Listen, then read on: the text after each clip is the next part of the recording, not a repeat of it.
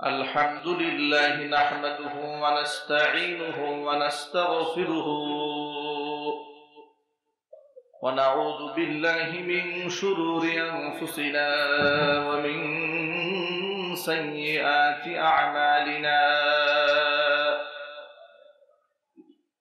من يهده الله فلا مضل له ومن يضلله فلا هادي له ونشهد أن لا إله إلا الله وحده لا شريك له ونشهد أن سيدنا ونبينا وحبيبنا وشفيعنا ومولانا محمدا عبده ورسوله الذي أرسله بالحق بشيرا ونذيرا وداعيا إلى الله بإذنه وسراجا منيرا فقد قال الله تعالى في كلامه المجيد وفي فرقانه الحميد أعوذ بالله من الشيطان الرجيم بسم الله الرحمن الرحيم إن الله وملائكته يصلون على النبي يا أيها الذين آمنوا صلوا عليه وسلموا تسليما اللهم صل على محمد وعلى آل محمد كما صليت على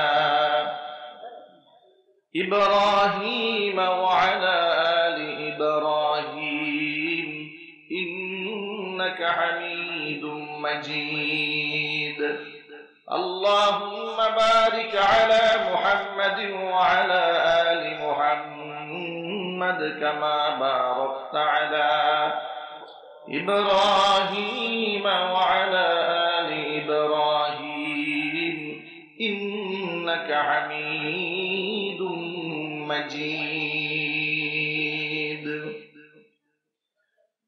তুমি কত সুন্দর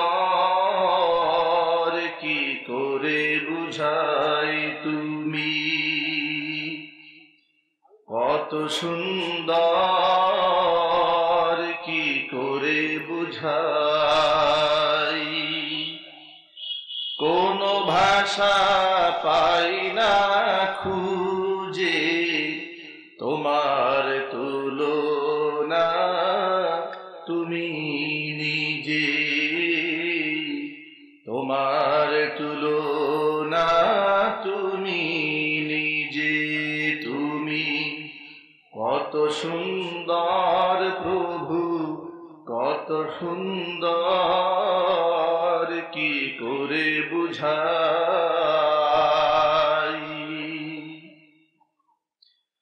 বেকারার প্রজাপতি গোলাপের মুখে কি করে দোলাই পাখা বুক ভর সুখে বেকারার প্রজাপতি গোলাপের মুখে কি করে দোলাই পাখা বুক ভরা সুখে কোন সুখে এত সুখী বুঝে আসে না যে কোন সুখে এত সুখী বুঝে আসে না যে তোমার তুলনা তুমি নিজে, তোমার তুলনা তুমি নিজে। তুমি কত সুন্দর কি করে বুঝাই,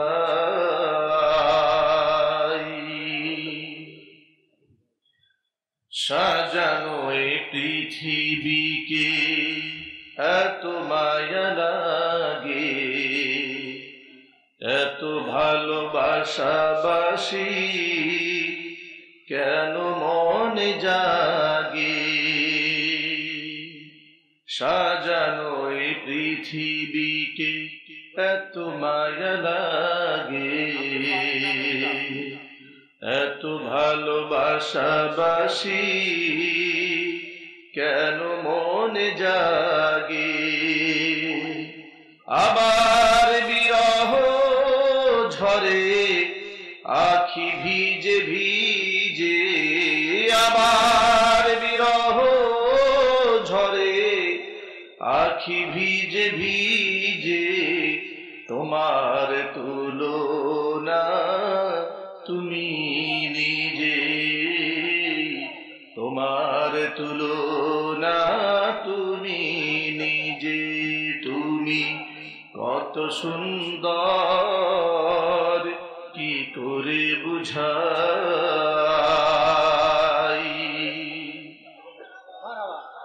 গভীর রজনী ভরা আকাশের তারা,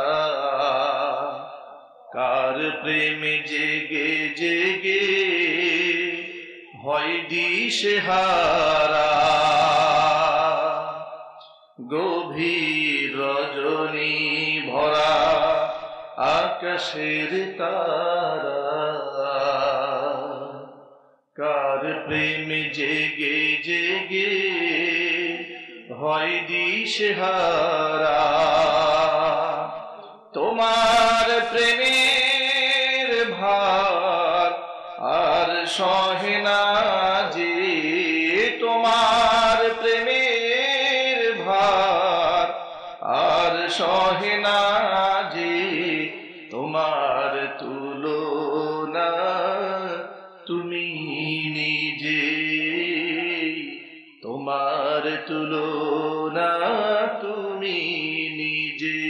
তুমি কত সুন্দর কি করে বুঝাই, তুমি কত সুন্দর কি করে বুঝাই।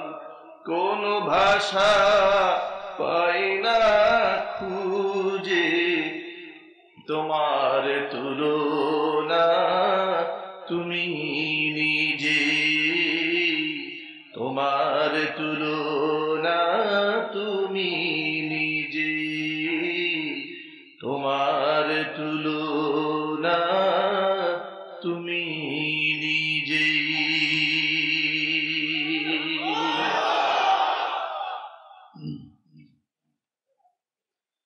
ঐতিহ্যবাহী পাবনা জেলার অন্তর্গত ঈশ্বরদী থানাধীন ভারৈমারি দারুস সুন্নাহ আবাসিক হাফিজিয়া মাদ্রাসা প্রাঙ্গণে আয়োজিত 2 দিনব্যাপী 22তম তাফসীরুল কোরআন মাহফিলের শেষ অধিবেশনের সম্মানিত সভাপতি সাহেব, আমন্ত্রিত হাজারাত উলামায়ে কেরাম, মুরব্বিয়ান ইযম, অত্র এলাকা এবং পার্শ্ববর্তী এলাকার বিভিন্ন প্রান্ত থেকে ছুটে আসা দিন দরদি, ঈমানদার, পরহেজগার, মুত্তাকী মুসলিম ভাইয়েরা, পর্দার অন্তরালে আমাদের সকলের শ্রদ্ধা ভাজন পর্দানিশীন মা এবং বোনেরা, মহান আল্লাহ রাব্বুল আলামিনের দরবারে আলী শানে লাখ কোটি শুকরিয়া আদায় করছি যে মহান আল্লাহ তাবারক ওয়া তাআলা মুসলিম উম্মার এই ক্লান্তি লগ্নে হাজারো প্রতিকূলতাকে উপেক্ষা করে লাখ কোটি মুমিন মুসলমানের মধ্য থেকে আমার আপনার মতো অযোগ্য নালায়েক গুনাহগার বান্দাদেরকে নির্বাচন করে দুনিয়ার মাটিতে নবী করিম সাল্লাল্লাহু আলাইহি ওয়াসাল্লামের ভাষায় বেহেশতের বাগানের মধ্যে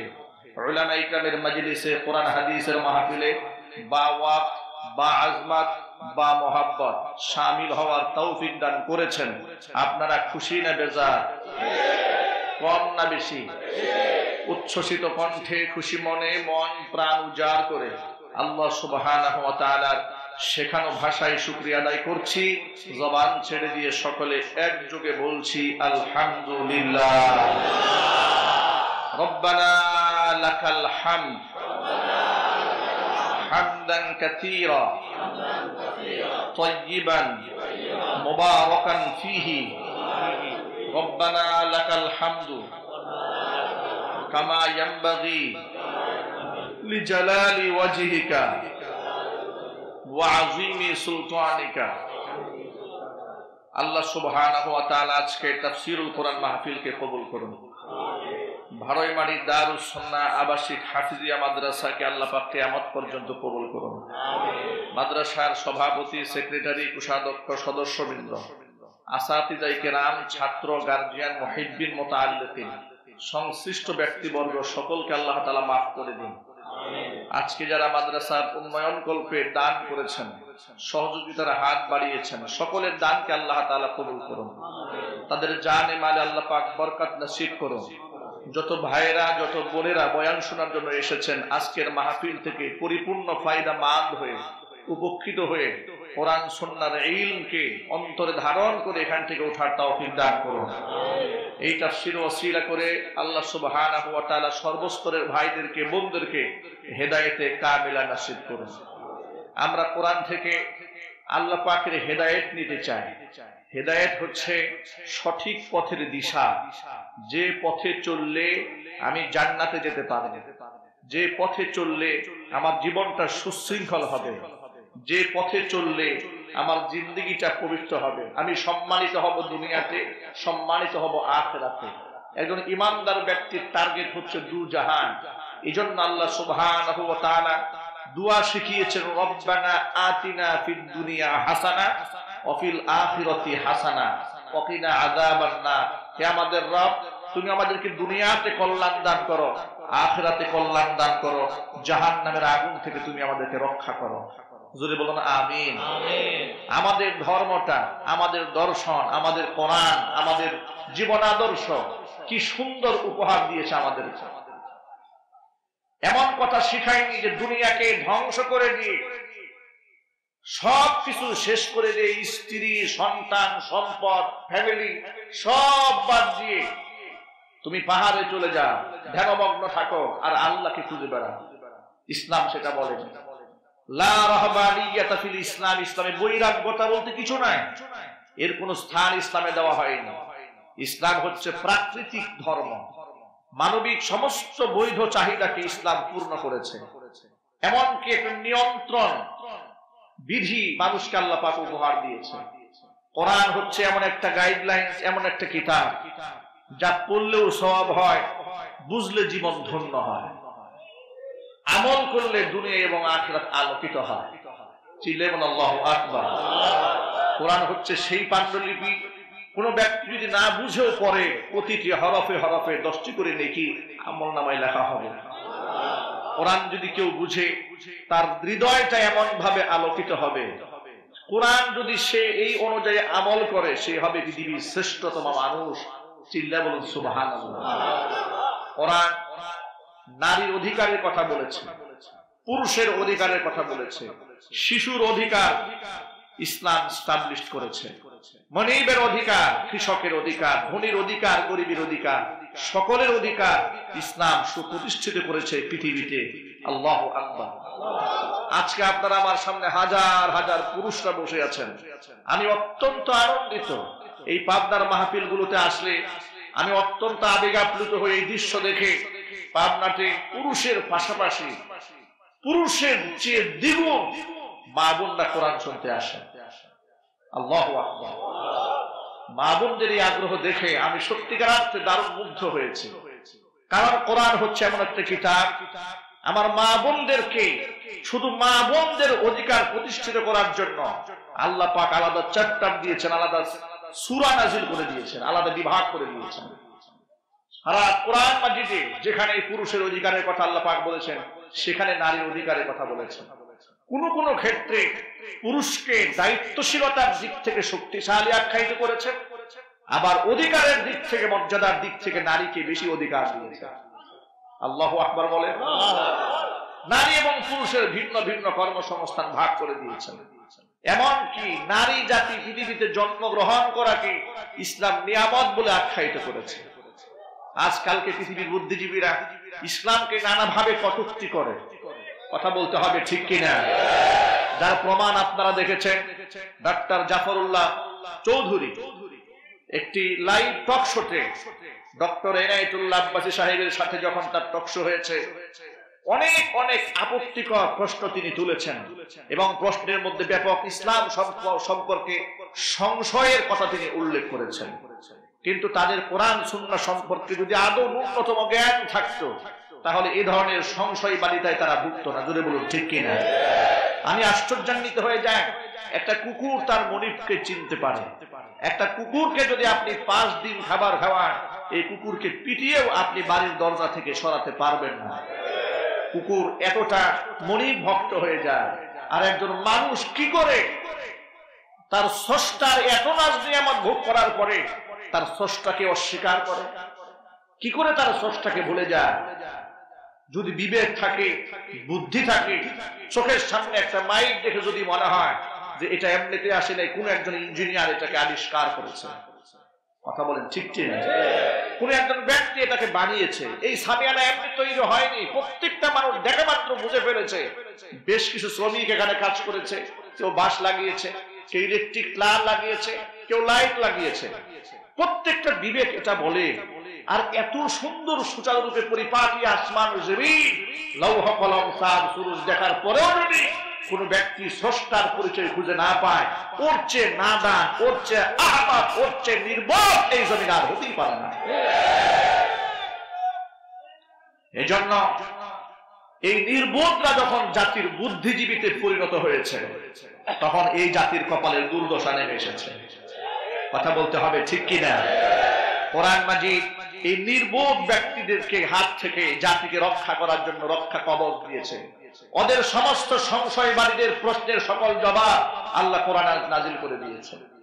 আল্লাহ রাব্বুল আলামিন ১৫০০ বছর আগে নবী করিম সাল্লাল্লাহু আলাইহি ওয়াসাল্লামকে ডেকে বলেন, وَنَزَّلْنَا عَلَيْكَ الْكِتَابَ تِبْيَانًا لِكُلِّ شَيْءٍ وَهُدًى وَرَحْمَةً وَبُشْرَى لِلْمُسْلِمِينَ। নবী, আপনার উপর আমি এমন একটা কিতাব নাযিল করে দিয়েছি, তিবিয়ানান লিকুল্লি শাইইন, সব কিছুর সুস্পষ্ট বর্ণনা রয়েছে। এটা হচ্ছে হুদা, এটা হচ্ছে হেদায়েত, এটা হচ্ছে সঠিক দিক নির্দেশনা। রহমাতান, এটা হলো রহমত, এটা হচ্ছে আমার অনুগ্রহ, এটা হলো আমার দয়া। ওয়া বুশরা লিল মুসলিমিন, যারা আমার আদর্শকে বিনা বাক্যে, আমার সাজেশনকে যারা মেনে নেবে, তারা হলো মুসলিম। মুসলিমদের জন্য কোরআন হলো সুসংবাদ। যুবক ভাইরা, মা বোনদেরকে ইসলাম সম্মানিত করেছে। সাধারণত ওয়াজ মাহফিলগুলোর মধ্যে আমার মা বোনদের অধিকার নিয়ে তেমন একটা আলোচনা হয় না, কিন্তু মা বোনরা মুখিয়ে থাকেন, আগ্রহান্বিত হয়ে থাকেন, জমে বসে থাকে যে ইসলাম আমাদেরকে কি বলেছে, আমরা কোরআন হাদিস থেকে একটু শিক্ষা গ্রহণ করতে চাই। আজকে আমরা কোরআন হাদিস থেকে সেই বিষয়গুলো তুলে ধরার চেষ্টা করব। আমরা বলি আমিন। আল্লাহ যেন কবুল করেন, জোরে কোন আমিন। পৃথিবীতে নারী জাতি জন্মগ্রহণ করলে মানুষ হিসেবে তাদেরকে মূল্যায়ন করা হতো না। কোরআন তার সঠিক ইতিহাস তুলে ধরে বলে, وَإِذَا بُشِّرَ أَحَدُهُمْ بِالْأُنثَى ظَلَّ وَجْهُهُ مُسْوَدًّا وَهُوَ كَظِيمٌ يَتَوَارَى مِنَ الْقَوْمِ مِنْ سُوءِ مَا بُشِّرَ بِهِ أَيُمْسِكُهُ عَلَى هُونٍ أَمْ يَدُسُّهُ فِي التُّرَابِ أَلَا سَاءَ مَا يَحْكُمُونَ। হয়েছিল জাহিলি যুগে। কোরআন আসার আগে সমাজের চিত্র এমন অবস্থায় দাঁড়িয়েছিল, যদি কোনো পিতাকে তার কন্যা সন্তানের সুসংবাদ দেওয়া হতো যে তোমার কন্যা সন্তান হয়েছে, ব্যথায় তার চেহারা দুশ্চিন্তায় কালো হয়ে যেত।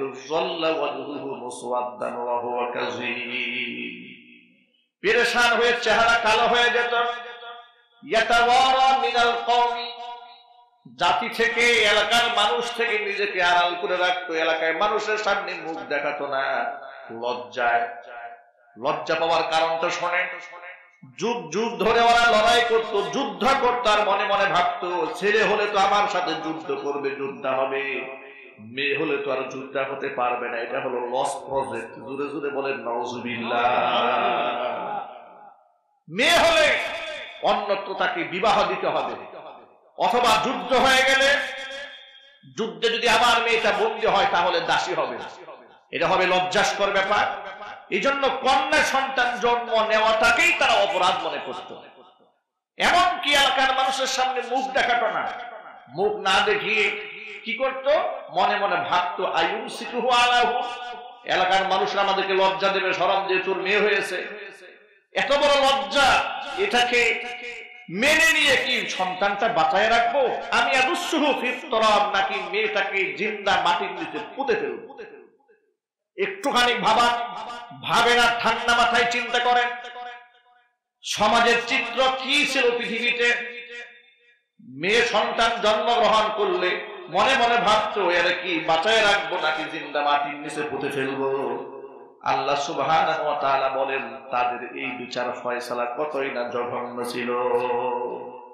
সেই সমাজে ইসলাম নারীকে কতটুকু মূল্যায়ন করল।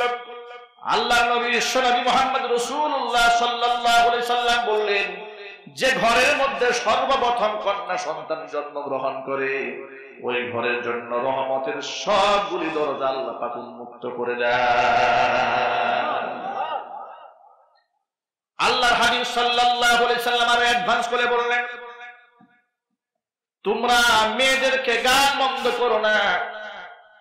মেয়ে হলে তোমরা আয়েব খুঁজে পেও না, দুষ খুঁজে বেরিয়েও না, গাল বন্ধ করো না। তার কারণ আমি নবী মুহাম্মদ সাল্লাল্লাহু আলাইহি সাল্লাম কন্যাদের পিতা।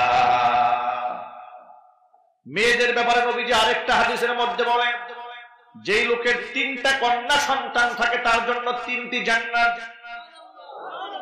সুবহানাল্লাহ, আসতে বলেন। পৃথিবীর কোন বুদ্ধিজীবী কথা বলেন, পৃথিবীর কোন নারীবাদীরা নারীদের অধিকার প্রতিষ্ঠিত করে নাই। নারীবাদীরা তো গামছা বেঁধে নেমেছে মাত্র 150 বছর আগে। 200 বছর আগে পশ্চিমারা নারীদেরকে অধিকার দিয়েছে মানুষ হিসেবে। ওরা তো মানুষই মনে করতো না, নারীদেরকে শয়তান মনে করতো, নারীদেরকে অপয়া মনে করতো। নারীদের মিন্স হলে নারীদেরকে ঘরে রাখতো না, রাস্তায় রাস্তায় বের করে দিত। আর তারা আজকে ইসলামকে কটাক্ষ করে। ইসলাম তো চির আধুনিক, চিল্লান আল্লাহু আকবার। যুবক ভাইরা আমার, বিশ্বনবী সাল্লাল্লাহু আলাইহি সাল্লাম যখন বললেন যার 3টি কন্যা সন্তান হবে তার জন্য 3টি জান্নাত, একজন সাহাবী দাঁড়ায় বলেন, ইয়া রাসূলুল্লাহ, আমার তো একটা কন্যা সন্তান আছে, তাহলে আমার কি অবস্থা হবে? হুজুর বললেন, তোমার জন্য একটা জান্নাত। এভাবে নবী করিম সাল্লাল্লাহু আলাইহি সাল্লাম নারী জাতকে সম্মানের জায়গায় অধিষ্ঠিত করেছেন। আল্লাহু আকবার বলবেন না? আল্লাহু আকবার। আবার কন্যা সন্তান হলো, ছেলে সন্তান হলো, দেখবেন কন্যা সন্তান জন্ম নিয়েছে তাকে মোহাব্বত করে ভালোবাসে। ছেলে সন্তান হওয়ার পরে মেয়ের আর দাম থাকে না। তখন ছেলেকে চুমা খাইতে খাইতে ওর গালের কাল সারা করে ওঠে। কথা বলেন ঠিক কিনা? সব জায়গায় ছেলে, কাঁধে নেয়, কুলে নেয়, কাঁখে নেয়, চুমা খায়, সব ছেলে। মেয়ের অধিকার কমে যায়। ভালো ভালো মুরগির রানটা ছেলেকে দেয়, মাছের পেটিটা ছেলেকে দেয়, ভালো অংশটা ছেলেকে দেয়, মেয়েকে দিতে চায় না। নসিহত শোনায়, ধৈর্য ধারণ করতে হবে। আরে কপাল পোড়া। হাদিস থেকে শোনায় আপনাদেরকে, নবী করিম সাল্লাল্লাহু আলাইহি সাল্লাম একদিন বসে আছেন, এমন সময় রাসূলের একজন সাহাবী এলেন। সাহাবীর সামনে তার ছোট্ট একটা পুত্র সন্তান এলেন। ছেলে সন্তানটাকে গালে মুখে চুমা দিয়ে নিজের কোলের মধ্যে বসালেন। কিছুক্ষণ পরে সাহাবীর একই বয়সের ছোট্ট আর একটা মেয়ে তারা সামনে এলে ওই সাহাবী মেয়েটাকে কুলে নিলেন না, চুমাও খেলেন না, সামনে বসিয়ে দিলেন। দুজাহানের বাদশা ইমামুল মুরসালিন রাহমাতুল লিল আলামিন হাজারো ব্যস্ততা, এত কিছু থাকার পরেও এই যে সন্তানের মধ্যে যা আচরণটা হয়েছে আল্লাহর নবীর দৃষ্টিটাকে ঘটনা আড়াল করতে পারে নাই। আল্লাহর নবী সবার সামনে জিজ্ঞেস করলেন সাহাবীরে, হাল্লা সাওয়াইতা বাইনাহুমা, ছেলেটাও তোমার মেয়েটাও তোমার। ছেলে যখন এসেছে গানে মুখে চুমা দিয়ে কুলের মধ্যে বসালে, মেয়ে যখন আসলো একটা চুমাও দিলে না, কুলেও নিলে না, সামনে এমনি বসায় দিলা। এই বেইনসাফি করলা কেন? আল্লাহু আকবার বলেন, আরো জোরে বলেন আল্লাহু আকবার। এই পৃথিবীর মানুষ যদি মানুষ হতে চায়, রাসূলের কথা ছাড়া মানুষ হতে পারবে না। এই পৃথিবীর মানুষ যদি সভ্য হতে চায়, ইনসাফ প্রতিষ্ঠিত করতে চায়, কোরআন সুন্নাহ বাদ দিয়ে ইনসাফ করতে পারবে না। চোর হবে, ডাকাত হবে, খুনি হবে, সন্ত্রাস হবে, ঠিক কিনা? এই জন্য ওরা চায় না যে কোরআন হাদিসের চর্চা হোক সমাজে। ওরা চায় না শিক্ষাঙ্গনে কোরআন সুন্নাহর চর্চা হোক। এই জন্য ছলে বলে কলে কৌশলে শিক্ষা সিলেবাস থেকে ধীরে ধীরে ধর্মকে ওরা বাদ দিয়ে দিচ্ছে। নিরপেক্ষতার স্লোগান দিয়ে সমাজের কিছু জালেম শিক্ষাঙ্গন থেকে ইসলামকে বাদ দিয়ে দিচ্ছে। যদি বলুন ঠিক কিনা? ক্লাস 9 এর বইয়ে ডারউইনের মতবাদকে ঢুকিয়ে দেওয়া হয়েছে। এই বিবর্ণবাদ, এটা কি কোনো মুসলমানদের আকীদা হতে পারে? ডারউইন বলল মানুষ জন্ম নিয়েছে বানর থেকে। নাউজুবিল্লাহ, আস্তে আস্তে বলেন আর চিল্লাই বলে নাউজুবিল্লাহ। এটা ক্লাস 9 এ ঢুকিয়ে দেওয়া হলো। বাংলাদেশের কোটি কোটি মুসলমান ছেলে মেয়েরা এই কথাগুলা পড়বে, বিশ্বাস নিয়ে বড় হবে। এর দ্বারা কি হবে? তার ঈমানটা বরবাদ হয়ে যাবে। এই বিবর্ণবাদ, এটা হচ্ছে কোরআন সুন্নাহর সম্পূর্ণ খেলাফ একটা বিশ্বাস। আল্লাহ সুবহানাহু ওয়া তাআলা কি সুন্দর করে সূরা নিসার প্রথম আয়াতে বলেন, ইয়া আইয়ুহান নাসু তাকু রাব্বাকুমুল্লাযী খালাকাকুম মিন নাফসিন ওয়াহিদা ওয়া খালাকা মিনহা যাওজাহা ওয়া বাত্তা মিনহুমা রিজালান কাসীরান ওয়া নিসাআ। ও মানব মণ্ডলী, তোমাদের সেই রবকে তোমরা ভয় করো যে রব তোমাদেরকে এক ব্যক্তি থেকে সৃষ্টি করেছি। চিল্লায় বলুন সুবহানাল্লাহ। আদম থেকে তার জোড়া তার স্ত্রী হাওয়াকে আমি সৃষ্টি করেছি। ওয়াবাত্তা মিনহুমা রিজালান কাসীরান ওয়া নিসাআ, আদম এবং হাওয়া থেকে পৃথিবীতে অসংখ্য নারী পুরুষকে আমি ছড়িয়ে দিয়েছি। এই কথাটা কার? সবাই বলেন না, এই কথা কার? আল্লাহ বললেন আদমকে বানালাম, আদম থেকে তার স্ত্রী বানিয়েছি। আদম এবং হাওয়া এই স্বামী স্ত্রী থেকে বিশ্বের সমস্ত মানুষকে আমি আল্লাহ সৃষ্টি করলাম। এটা হলো আল্লাহর কথা। আর ডারউইন বলল যে না, মানুষ বান্দর থেকে এসেছে। এই কথাটা শিক্ষা সিলেবাসের মধ্যে ঢুকিয়ে দেওয়া হলো। এরপর আমি কি করলাম একটুখানি বোঝার চেষ্টা করেন। এরপরে আমার মতো অসংখ্য উলামায়ে কেরাম যখন এটা দেখলেন যে একটি কুফরি মতবাদ শিক্ষাঙ্গনে ঢুকে যাচ্ছে, আমার ইমানি দায়িত্ব হয়ে পড়ে এই শিক্ষা সিলেবাসের বিরুদ্ধে মাহফিলের মধ্যে ওপেন স্লোগান দেওয়া। যদি বলেন ঠিক কিনা? কিন্তু আমি যখন এই শিক্ষা সিলেবাসের বিরুদ্ধে কথা বলবো, তখন সমাজের কিছু এদেরকে আমি কোন ভাষায় বলবো, আমি ভাষা হারিয়ে ফেলেছি।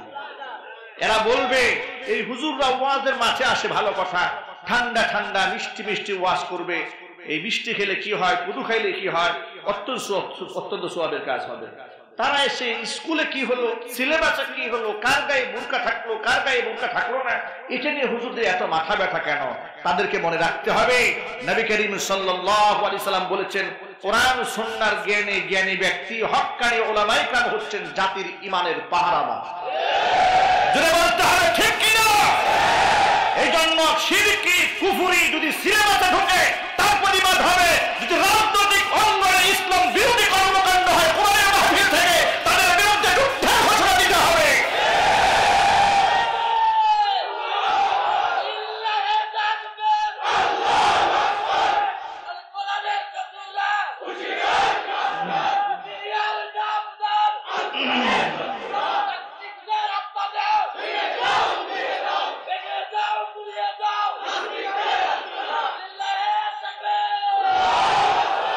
এভাবে আমার ছেলেকে আমার মেয়েকে সুকৌশলে নাস্তিক বানিয়ে দেওয়ার ষড়যন্ত্র চালানো হচ্ছে। কিন্তু মনে রাখতে হবে এটা মুসলমানদের দেশ, কোরআনের দেশ। কথা বলেন ঠিক কিনা? মাহফিলকে নিয়ন্ত্রণ করার বহু চেষ্টা করেও যখন ব্যর্থ হয়েছে, তারা এখন মাহফিলে দাঁড়িয়ে দাঁড়িয়ে মাহফিলের পক্ষে কথা বলে। মুসলমানদের দেশে কোরআনের মাহফিল হবে না তো কি হবে? আমাদের প্রশ্ন হচ্ছে, এই কথা তো আপনাদের না, এই কথা তো আমাদের। কথা বলেন না কেন?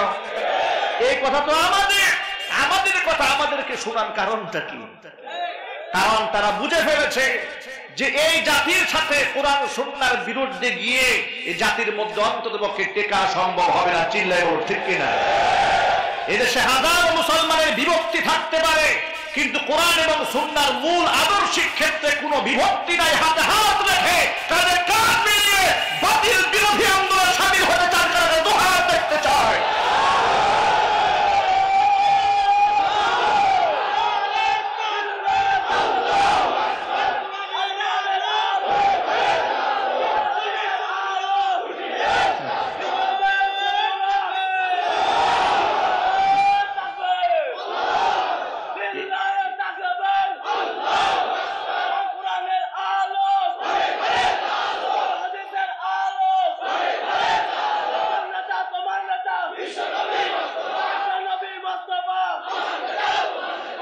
এজন্য আমার ভাইয়েরা, আপনাদেরকে মনে রাখতে হবে, ইসলাম যেমন নামাজের কথা বলেছে, ইসলাম যেমন রোজার কথা বলেছে, ইসলাম যেমন হজ যাকাতের কথা, পর্দার কথা বলেছে, তাসবিহ তাহলিলের কথা যেমন বলেছে, ইসলাম অনুরূপ ভাবে ন্যায় পরায়ণতার কথাও বলেছে, ইনসাফের কথা ইসলাম বলেছে। কোরআন মাজিদ আল্লাহ সুবহানাহু ওয়া তাআলা সূরা নাহলের মধ্যে বলেন, ইন্নাল্লাহা ইয়া'মুরু বিল আদলি ওয়াল ইহসানি ওয়া ইতা'i যিল কুরবা ওয়া ইয়ানহা 'আনিল ফাহশাই ওয়াল মুনকারি ওয়াল বাগই ইয়া'iযুকুম লা'আল্লাকুম তাযাক্কারুন।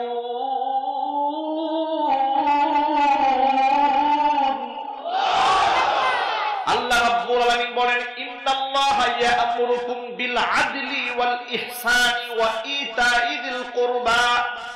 তিনটা কাজের নির্দেশ আমি তোমাদেরকে দিচ্ছি, আদেশ করছি।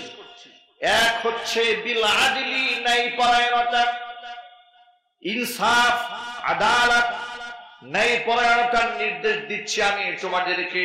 ইয়া'মুরু বিল আদলি ওয়াল ইহসান, ইহসানের নির্দেশ দিচ্ছি তোমাদেরকে।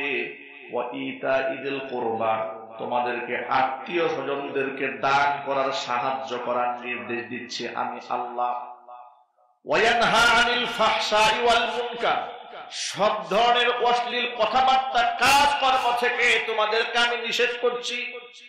ওয়াল বাগি, সীমা লঙ্ঘন থেকে তোমাদেরকে আমি নিষেধ করছি। এই সমস্ত কথা বলে আল্লাহ বলছেন, ইয়া'iযুকুম, আমি আল্লাহ তোমাদেরকে ওয়াজ করছি। সুবহানাল্লাহ। আল্লাহ বলেন আমি ওয়াজ করছি, এর বান্দা আমি ওয়াজ করছি, লাআল্লাকুম তাযাক্কারুন, যাতে করে তোরা আমার কথা থেকে উপদেশ গ্রহণ করতে পারিস। সুবহানাল্লাহ। এজন্য মনে রাখতে হবে, ইসলাম যেমন নামাজ রোজার কথা বলেছে, ইসলাম যেমন হজ যাকাতের কথা বলেছে, ইনসাফ প্রতিষ্ঠার কথা ইসলাম বলে দিয়েছে। জুলুমের কোনো সুযোগ ইসলামে দেওয়া হয় নাই। আল্লাহর নবীর সামনে যখন ছেলে এলো, মেয়ে এলো, ছেলেকে সাহাবী চুমা খেয়ে কুলের মধ্যে বসিয়ে দিয়েছে, মেয়েকে চুমাও দিল না, কুলেও নিল না।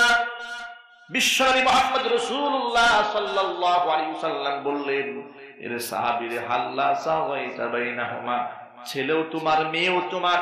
ছেলে আসলে গালে মুখে চুমা খেলে, কুলের মধ্যে বসিয়ে দিলে, মেয়ে আসলে চুমাও খেলে না, কুলেও নিল না। কারণটা কি? ইত্তাকিল্লাহ, আল্লাহকে ভয় করো। ওয়াদিলু ফি আবনাইকুম, সন্তান লালন পালন করার ক্ষেত্রে অবশ্যই সমতা রক্ষা করো। মনে রাখবে, ভাই ভাই, বনে বনে সত্যতা সৃষ্টির পেছনে দায়িত্ব জ্ঞানহীন পিতামাতা অনেক ক্ষেত্রে দায়ী হয়ে যাবে। কথা বলেন ঠিক কিনা? ভাই ভাই শত্রুতা কেন হয়? এক ভাইকে তো টাকা পয়সার পাহাড় দিয়ে ফেলেছে, এক সন্তানকে, আরেক সন্তানকে মূল্যায়ন করলো না বাবা। আছে না না এরকম জানে? ছেলেকে সব দিয়ে দিয়েছে, মেয়েকে দেয়নি। পাবনাতে মনে হয় এই ভাইরাস নাই।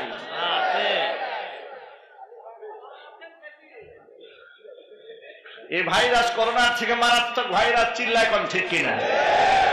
করোনায় তো দুনিয়া ধ্বংস করবে, আর এই ভাইরাস দুনিয়া এবং আখিরাত দুটোই ধ্বংস করবে। ভাই বোনের সম্পর্ক থাকবে মধুর সম্পর্ক, ভাই ভাইয়ের সম্পর্ক থাকবে ভালোবাসার সম্পর্ক। এই সম্পর্ক নষ্ট হয় কেন? আমরা পিতা মাতার খেদমতের বহুত নসিহত করেছি, এখনো করছি, ভবিষ্যতেও করব ইনশাআল্লাহ। আল্লাহ পরে আমি এক বাক্যে বলে দিই, এই পৃথিবীতে আল্লাহ এবং রসুলের পরে একজন মানুষের কাছে দুনিয়াতে সবচেয়ে সম্মানের জায়গা হচ্ছে তার বাবা মা। পৃথিবীর কোন আলেম আপনার কাছে আপনার বাপ মার চেয়ে বেশি সম্মানিত হতে পারবে না। সেদিন মক্কা মদিনার ইমাম হয়, সেও আপনার সামনে আপনার বাবা মার চেয়ে বেশি সম্মানিত ব্যক্তি হতে পারবে না। এই সম্মান ইসলাম তাকে প্রতিষ্ঠিত করে দিয়েছে। পৃথিবীর কোন পীর সাহেবের পায়ে, কোন আলেমের পায়ের নিচে আল্লাহ আপনার জান্নাত দেয়নি। সুতরাং পীরের কদম বুসি বাদ দিতে হবে, পীরের কদম চুমা তাকে সেজদা দেওয়া শিরক। কথা বলেন ঠিক কিনা? বন্ধ করে দেন এগুলো, এই ভণ্ডামি বন্ধ করতে হবে। কোরআন সুন্নাহ সমাজে প্রতিষ্ঠিত করতে হবে। বাবা মা যে অধিকার ইসলাম যে তাদেরকে দিয়েছে, পিতা মাতার অধিকার, সেই অধিকারকে প্রতিষ্ঠিত করে। আল্লাহ যেন কবুল করে, জোরে কোন আমিন। তাদের অধিকারে কোনো শেষ নাই। কিন্তু অনেক ক্ষেত্রে পিতা মাতা মাজলুম হয় নিজের অপরাধের কারণে। নিজে পাপ করেছে, পাপ হচ্ছে এমন একটা বিষয় যা বাপকেও ছাড়ে না। বিজ্ঞানের ভাষায় ক্রিয়া বিক্রিয়া আছে না? প্রত্যেকটা কাজের একটা পার্শ্ব প্রতিক্রিয়া আছে না? অনুরূপ ভাবে কোন বাবা যদি তার সন্তানদের মধ্যে সমতা রক্ষা না করে, তাহলে এই বাবাকে পস্তাতে হবে দুনিয়াতে, পস্তাতে হবে আখিরাতে। এজন্য ছেলেকে ইসলাম যতটুকু অধিকার দিয়েছে ততটুকু তাকে দেন, মেয়েকে ইসলাম যতটুকু অধিকার দিয়েছে তাকে ততটুকু দেন। মেয়েকে তো ইসলাম ঠকায়নি, ঠকিয়েছে এই সমাজ, ঠকিয়েছে সমাজের জালেমেরা। যদি বলুন ঠিক কিনা? আমার নিকটতম এক বন্ধু আমার কাছে ঘটনার বর্ণনা শোনালেন। তিনি বলেন, হুজুর, আমার একদম রক্তের আত্মীয় ছেলেদেরকে সমস্ত সম্পদ লিখে দিয়েছে, সব সম্পদ ছেলেদেরকে দিয়েছে, মেয়েদের নামে কিচ্ছু দেয়নি। তাকে জিজ্ঞেস করলো এলাকার লোকেরা, চাচা আপনি এটা কি করলেন? আপনার এতগুলো কন্যা সন্তান, আর তাদেরকে সম্পূর্ণ বঞ্চিত করলেন, ছেলেদেরকে সব দিয়ে দিলেন। বলে, ছেলেদেরকে সব দিয়ে দিয়েছে আর মেয়েদেরকে দোয়া করে দিয়েছে। কত বড় জালেম, কত বড় ভণ্ড! কথা বলুন ঠিক কিনা? মেয়েদেরকে দোয়া করে দিয়েছে, ছেলেদেরকে সব দিয়ে দিয়েছে। এত বড় কামেল পীর আপনারা বানাইলো কে? এত বড় দোয়ার দায়িত্ব আপনাকে দিয়েছে কে?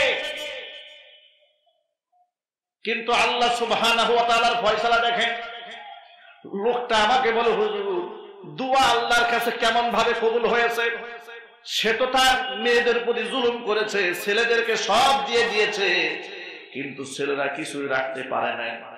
মেয়ের জামাইরা ধীরে ধীরে প্রতিষ্ঠিত হয়ে গেছে, ছেলেরা সম্পদ বিক্রি করে আর বোনেরা খালি কিনে। ভাইরা বিক্রি করে, বোনেরা কিনে। কিনতে কিনতে ভাইয়ের বাড়ির ভিটা পর্যন্ত বোনেরা কিনে ফেলেছে। সকালবেলা বাদশা তুমি বিকা, ফকির সন্ধ্যাবেলা। নদীর এপার ভাঙে, ওপার গড়ে, এই তো নদীর খেলা। সকালবেলা ধনীরে তুই, ফকির সন্ধ্যাবেলা। এটাই তো পৃথিবীর বাস্তবতা। কথা বলেন ঠিক কিনা?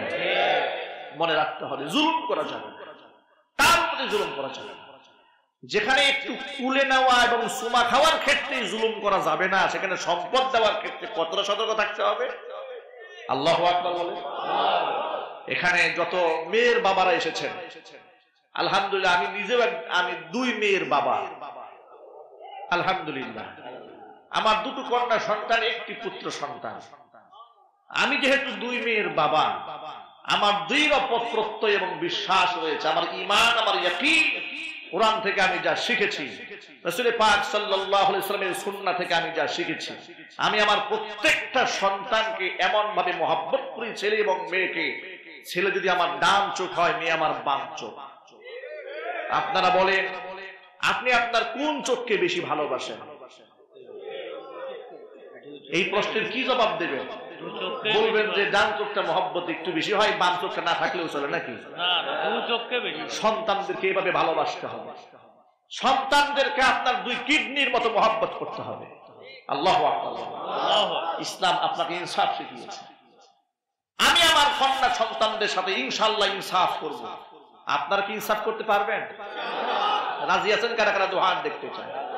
জুলুম করবেন না, কন্যাদের সাথে ইনসাফ করবেন। হাত উঁচু করেন, দু হাত তোলেন, আল্লাহকে দেখান, আল্লাহ তুমি আমাদের হাতগুলোকে কবুল করে নাও। আরো চিল্লায় বলুন আমিন। হাত নামা। জুলুম করবেন না কন্যা সন্তানদের সাথে।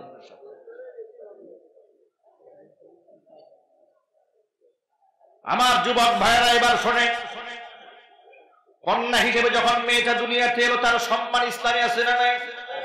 কথা বলেন।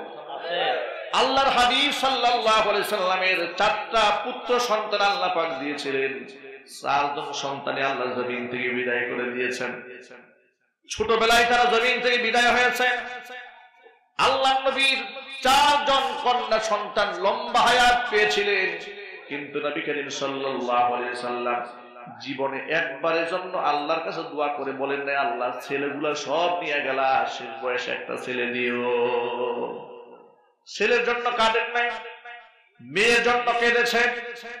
ঘর থেকে যখন বের হয়েছেন, সবার শেষে মেয়ে ফাতিমাতুজ জাহরা রাদিয়াল্লাহু তাআলা আনহা তার সাথে সাক্ষাৎ করে গিয়েছেন। আবার যখন সফর থেকে ফিরে এসেছেন, সবার আগে মেয়ের ঘরে গিয়ে মেয়ের সাথে সাক্ষাৎ করেছে। মেয়েদেরকে এভাবে নবী মুহাম্মদ সাল্লাল্লাহু আলাইহি ওয়াসাল্লাম ভালোবেসে আমাদেরকে কন্যা সন্তানদেরকে ভালোবাসা শিখিয়েছে। আজকেও এই সচেতনতার যুগেও আমি দেখেছি অনেক বাবা মা মেয়ে সন্তান হলে নারাজ হয়ে যায়।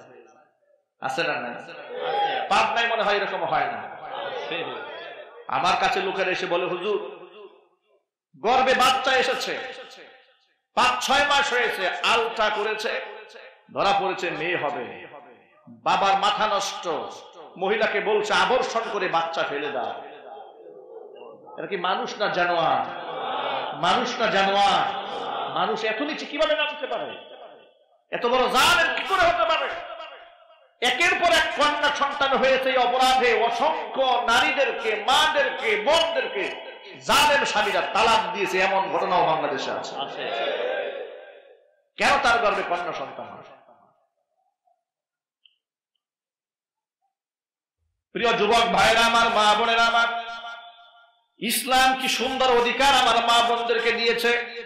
প্রথমত যখন কন্যা সন্তান হিসেবে এলো, তার দাম আছে না?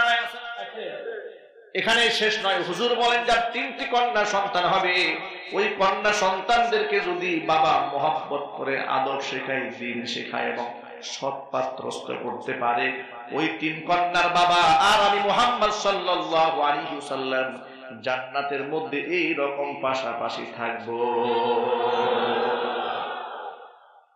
হুজুর কন্যাদেরকে কি মর্যাদা দিয়েছেন, সম্মান দিয়েছেন। মানুষ যেন তাদেরকে অবহেলা না করে, বাঁকা দৃষ্টিতে যেন কন্যাদের দিকে তাকাতে না পারে, তাদের সম্মান দিল।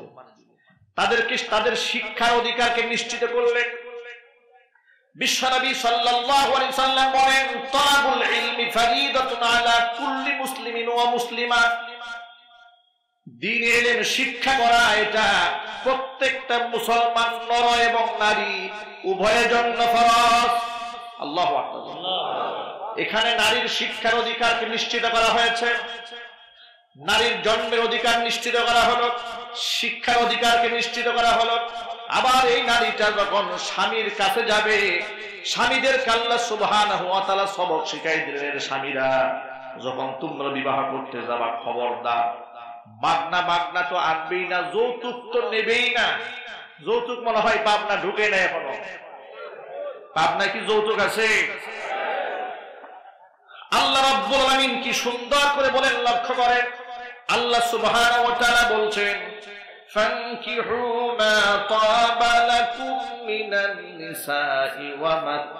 النساء مثنى وثلاث ورباع فإن خفتم ألا تعدلوا فواحدة أو ما ملكت أيمانكم বিবাহ করবার দুটা দুটা তিনটা তিনটা চারটা চারটা যদি সামর্থ্য থাকে, ইনসাফ করার মন মানসিকতা থাকে, আল্লাহু আকবার। এই ওয়াজ করলে তো মহিলা নারাজ হয়ে যাবে। আল্লাহ বলছেন ফানকিহু মা তাবা লাকুম মিনান নিসাই মাসনা ওয়া থুলাথা ওয়া রুবা, দুটা দুটা বিয়ে করবা, তিনটা তিনটা বিবাহ করতে পারবে, চারটা চারটা করতে পারবে, তবে শর্তটাকে শুনে নাও। শর্ত হলো ফাইন খিফতুম আল্লা তা'দিলু, স্ত্রীদের মাঝে ব্যালেন্স করতে পারবে না, সমতা রক্ষা করতে পারবে না, ইনসাফ করতে পারবে না, এই আশঙ্কা যদি থাকে ফাওয়াহিদাতান, তাহলে বিবাহ করবা কয়টা? কথা বলে না কেন? বিবাহ করবা একটা। যাদের সামর্থ্য আছে তারা একাধিক বিবাহ করে না। ইদানিং বেশি বেশি দেখা যায় রিকশাওয়ালা, কুলি মজুর, ঠেলাওয়ালা, এরা খালি ঘন ঘন বিয়ে করে। কথা বলেন ঠিক কিনা? বেশি ধনীরা একটা বিবাহ করে, তবে অনেক ক্ষেত্রে দেখা যায় ধনীরা একটা বিবাহ করে, এর পিছনে কারণও আছে। একাধিক বিবাহ করাটাকে এই সমাজে এমন ভাবে দূষণীয় সাব্যস্ত করে রেখে দিয়েছে যে একাধিক বিবাহ করেছে এর চরিত্র শেষ। কথা কন ঠিক কিনা? বিবাহ করলে চরিত্র নাই, কিন্তু বিবাহ ছাড়া 50টার সাথে ঘুরে বেড়ালেও চরিত্র খুব ভালো। আমার নেতার চরিত্র ফুলের মতো পবিত্র, এই নেতার তলব তালাশ করে দেখা যায় অবস্থা, এই নেতার গার্লফ্রেন্ডের কোনো অভাব নেই। জেলখানাতে আপনাদেরকে ছোট্ট একটা কাহিনী শোনাই। জেলখানাতে যখন আমি গিয়েছিলাম, আপনারা তো অনেকেই জানেন আমি কারাবরণ করেছি, 22 দিন জেল খেটেছি। কি চুরি করার কারণে? কিসের কারণে? কথা বলেন না। হক কথা বলতে গিয়ে, কোরআন সুন্নাহর কথাটা বলিষ্ঠ কণ্ঠে বলতে গিয়ে বাতিলের আগ্রাসনের শিকার হয়েছিলাম। মিথ্যা মামলায় আমাকে জেল হাজতে ঢুকানো হলো।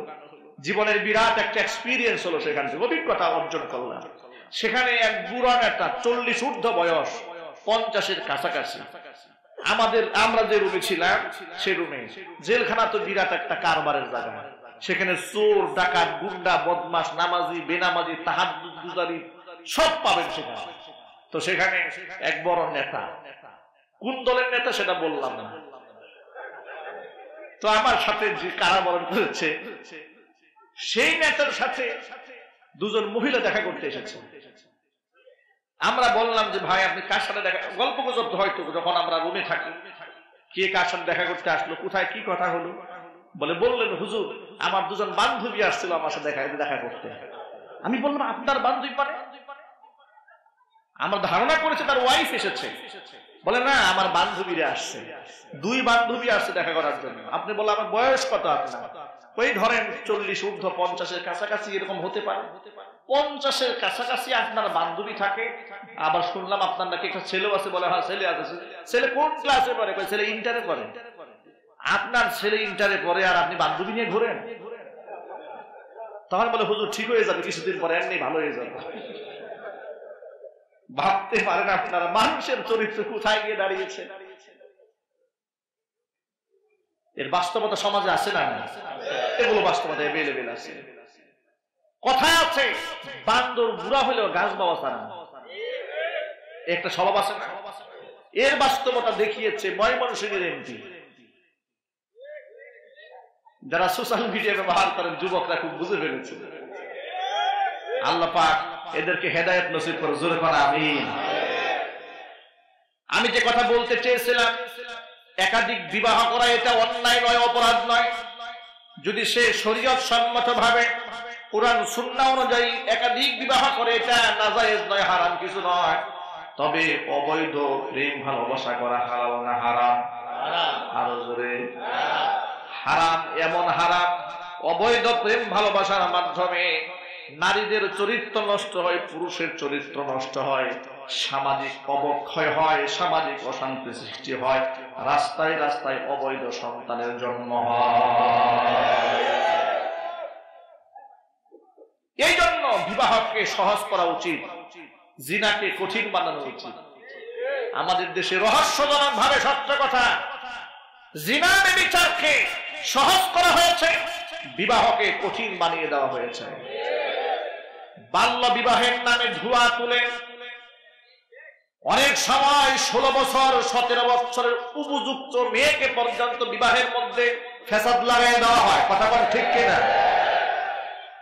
আপনাদেরকে একটা তথ্য জানায় দেই, ইসলামের দৃষ্টিভঙ্গিতে একটা মেয়ে যদি উপযুক্ত হয়ে যায়, সে 14-15 বছরের মেয়ে স্বাস্থ্যে গ্রোথে শারীরিক অবস্থানে অনেক সময় একটা মেয়ে উপযুক্ত হয়েও যেতে পারে। ঠিক কিনা? সবাই কি একরকম? সবাই কি একরকম না? সব একরকম না। ইসলামে তড়িৎ গতিতে বিবাহ দেওয়ার কথা বলেছে, যাতে করে নারীর চরিত্র, পুরুষের চরিত্র, সামাজিক অবস্থান ঠিক থাকে, সুশৃঙ্খল থাকে। এটাকে কত সহজ করা হয়েছে। বিশ্বনবী সাল্লাল্লাহু আলাইহি সাল্লাম বলেন, তোমরা মহরনা বেশি ধার্য করো না। আল্লাহু আকবার বলেন। বেশি বেশি মহর ধার্য করে বিবাহটাকে কঠিন বানায় দিও না। শুধু তাই নয়, বিবাহের মধ্যে অনেক বেশি খরচ করতে হবে, সেই কাজটাও করো না। ওই বিয়ের মধ্যে বেশি বরকত হয় যে বিয়ের মধ্যে খরচ যত কম হয়। এভাবে আল্লাহর হাবিব সাল্লাল্লাহু আলাইহি ওয়াসাল্লাম বিবাহটাকে সহজ করে দিয়েছে, কিন্তু জিনাকে এত বেশি কঠিন বানিয়ে দেওয়া হয়েছে। আর আজকে আমাদের সমাজের দিকে তাকায় দেখেন, যে তথ্য আমি দিতে চেয়েছিলাম, আমাদের দেশে সেক্স ওয়ার্কার আছে, যৌনপল্লী আছে, যৌন কর্মী আছে, আছে না নাই? যাদেরকে খুব খারাপ ভাষায়, বিশ্রী ভাষায় পতিতা বলা হয়।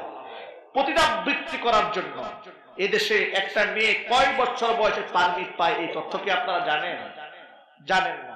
এই সঠিক তথ্য হচ্ছে, একটা মেয়ের বয়স যখন 12 বছর হয়, তখন সে লাইসেন্সধারী পতিতা বৃত্তি করতে পারে। নাউযুবিল্লাহি মিন যালিক। কত বড় জালেম এই আইন করেছে, এত ভাবেন। 12 বছর বয়সে একটা মেয়ে পতিতা বৃত্তি করার জন্য লাইসেন্স পেতে পারে, আর 18 বছর আগে বৈধ বিবাহ করতে পারবে না। এ কোন ধরনের আইন? এই আইন কারা বানিয়েছে? এই সমাজের মধ্যে জিনা ব্যভিচার সৃষ্টি করছে।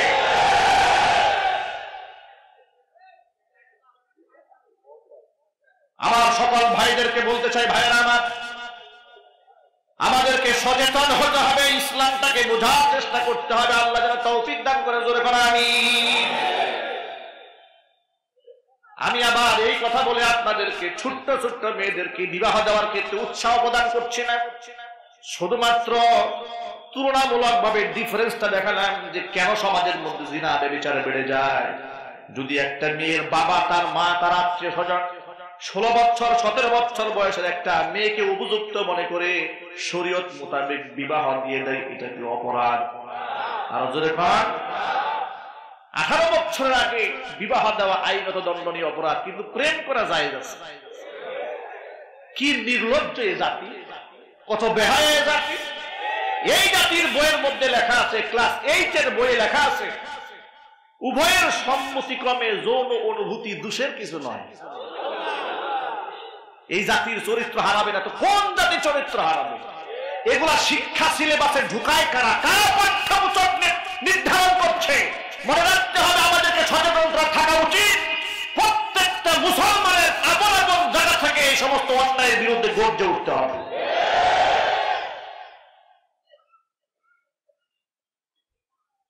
আমি আমার ভাইদের কথা বলতেছিলাম, মা বোনদেরকে বলতেছিলাম, 2টা করে 3টা করে 4টা করে বিয়ে করার অধিকার একমাত্র তাকে দেওয়া হয়েছে যেই ব্যক্তি ইনসাফ করতে পারে, ভরণ পোষণ দিতে পারে, দায়িত্ব পালন করতে পারে। ইনসাফ যে করতে পারবে না, সে বিয়ে করবে কয়টা? আর একটার মধ্যে যদি ইনসাফ করার যোগ্যতা না থাকে, ও রোজা রাখবে। কথা বলেন ঠিক কিনা?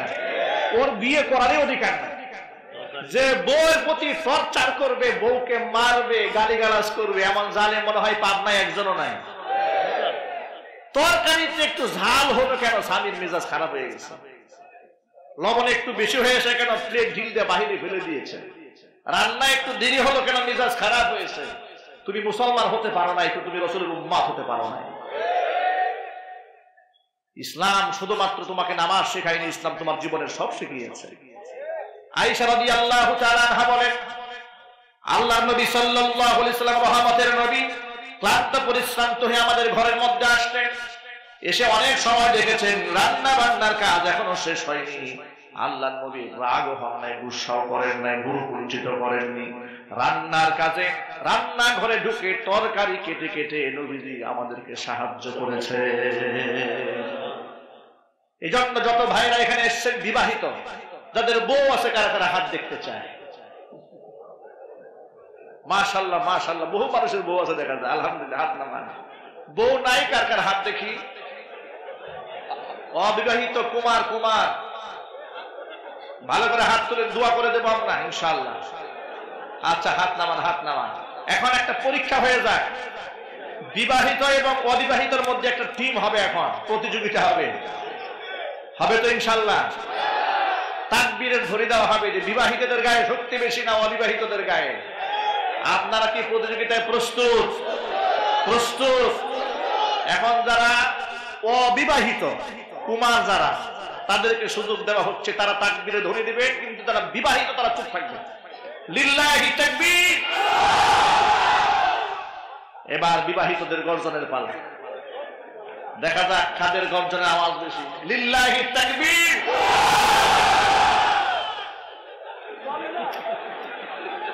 দেখেছেন অবিবাহিত যারা, তারা পরাজয় বরণ করেছে। গতকাল সাথিয়াতে এই অবিবাহিত যখন পরাজয় বরণ করলো, মাঝখান থেকে একজন বলে, হুজুর আরেকবার চান্স দেওয়া হোক। তাদের প্রিপারেশনটা এরকম ছিল না, আরেকবার চান্স দেওয়া হলো, সেখানেও এই অবিবাহিতরা হেরে গেল। তখন বললাম, অবিবাহিত যারা থাকে তারা সবসময় হারার কাতারেই থাকে, বিজয়ীদের কাতারে ফিরে আসতে হবে বিবাহ করে। কথা বলুন ঠিক কিনা? এই জন্য ইয়াং যুবক ভাইরা যারা এখানে এসছে, খুব তাড়াতাড়ি বিয়ে করে ফেলবেন ইনশাআল্লাহ। বলেন, যত বাবা মা আছে ছেলে মেয়েদেরকে অল্প বয়সে বিয়ে করাই দেবেন, দেখবে মাথা ঠান্ডা হয়ে গেছে। গভীর রাতে বাড়ি ফেরা বন্ধ হবে, চরিত্র ঠিক হবে, বন্ধু বান্ধবের আড্ডা বন্ধ হয়ে যাবে। যেই ছেলেকে টর্চ লাইট দিয়ে 12টার আগে খুঁজে পাওয়া যায় না, সেই ছেলেকে লাইটটা দরজায় খোলা যায় না।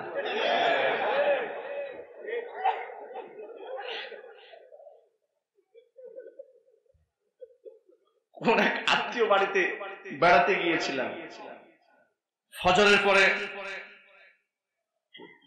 ফজর তো গেল, সকাল তো গিয়েছে, 10টা বাজে, দরজা খুলে না।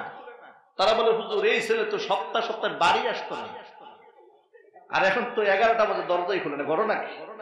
আমি বলেছি, এই জন্য ইসলাম বিবাহের বিধান দিয়েছে। চিল্লাবেন আল্লাহু আকবার। বিবাহ করাই না, যে ছেলে বেশি দুষ্টুমি করে তারা তাড়াতাড়ি বিয়ে করাই দেবে, দুষ্টুমি ভালো হয়ে যাবে। আল্লাহু আকবার। জওয়ানকালে বিবাহ করতে হবে, বুড়া বয়সে না। যৌবন হারিয়ে ফেলে রেলমন্ত্রীর বয়সে বিয়ে করা যাবে না। বুড়ো বয়সে বিবাহ করলে বিপদ আছে না নাই? কথা বলেন, কত বড় বিপদ হতে পারে। একটা ছোট্ট ঘটনা বলি, বিরক্ত হচ্ছেন নাকি? বুড়ো বয়সে বিবাহ করলে কত বড় বিপদ হতে পারে। আমাদের এক দুঃসম্পর্কের আত্মীয় অনেক বয়সে বিবাহ করেছে, কিন্তু বউ তার খুবই ইয়াং। যিনি বিবাহ করেছেন, বরের দাড়ি চুল সাদা হয়ে গেছে একটা বয়সে গিয়ে, কিন্তু বউয়ের সাথে আপনার বয়সের ডিস্টেন্স অনেক, ডিফারেন্স অনেক, ব্যবধান থাকার কারণে সিএনজিতে উঠে স্বামী স্ত্রী কোনো একটা জায়গায় গিয়েছে। সিএনজি থেকে নামার পরে স্বামী একটু দোকানে গিয়েছে কিছু একটা কিনতে। সিএনজি ড্রাইভার স্ত্রীকে বলতেছে যে, আমার তো হাতে সময় কম, আপনার আব্বাকে বলেন তাড়াতাড়ি ভাড়া দিয়ে নামতে।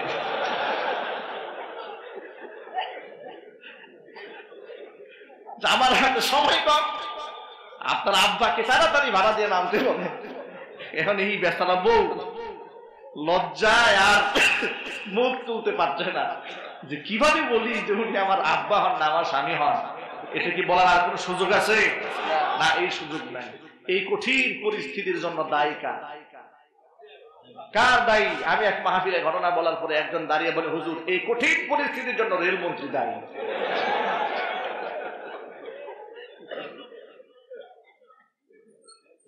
প্রিয় যুবক ভাইরা আমার, এই জন্য যৌবনকালে বিবাহ করবেন।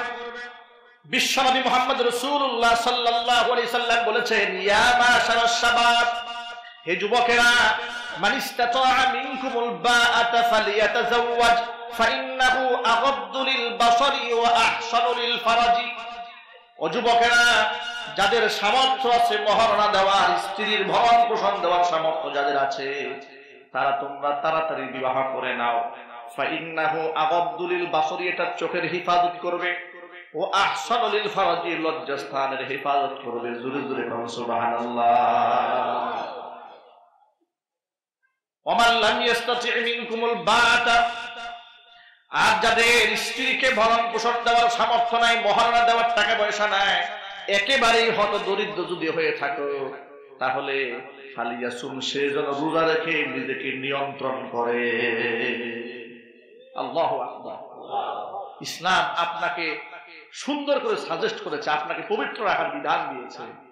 এরপরে যদি এমন হয় কিছু কিছু ভাইয়ের যে সামর্থ্য আছে কিন্তু কম, স্ত্রীকে ঘরে আনার পরে চালাতে পারবে কিন্তু কষ্ট হবে, এরকম আছে না নাই?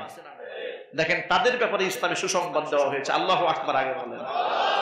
ইসলাম কতটা সুন্দর লক্ষ্য করেন। আল্লাহ রাব্বুল আলামিন বলছেন, ইয়াকুনু ফুকারা ইউগনিহিমুল্লাহু মিন ফাদলি ওয়াল্লাহু ওয়াসিউন আলীম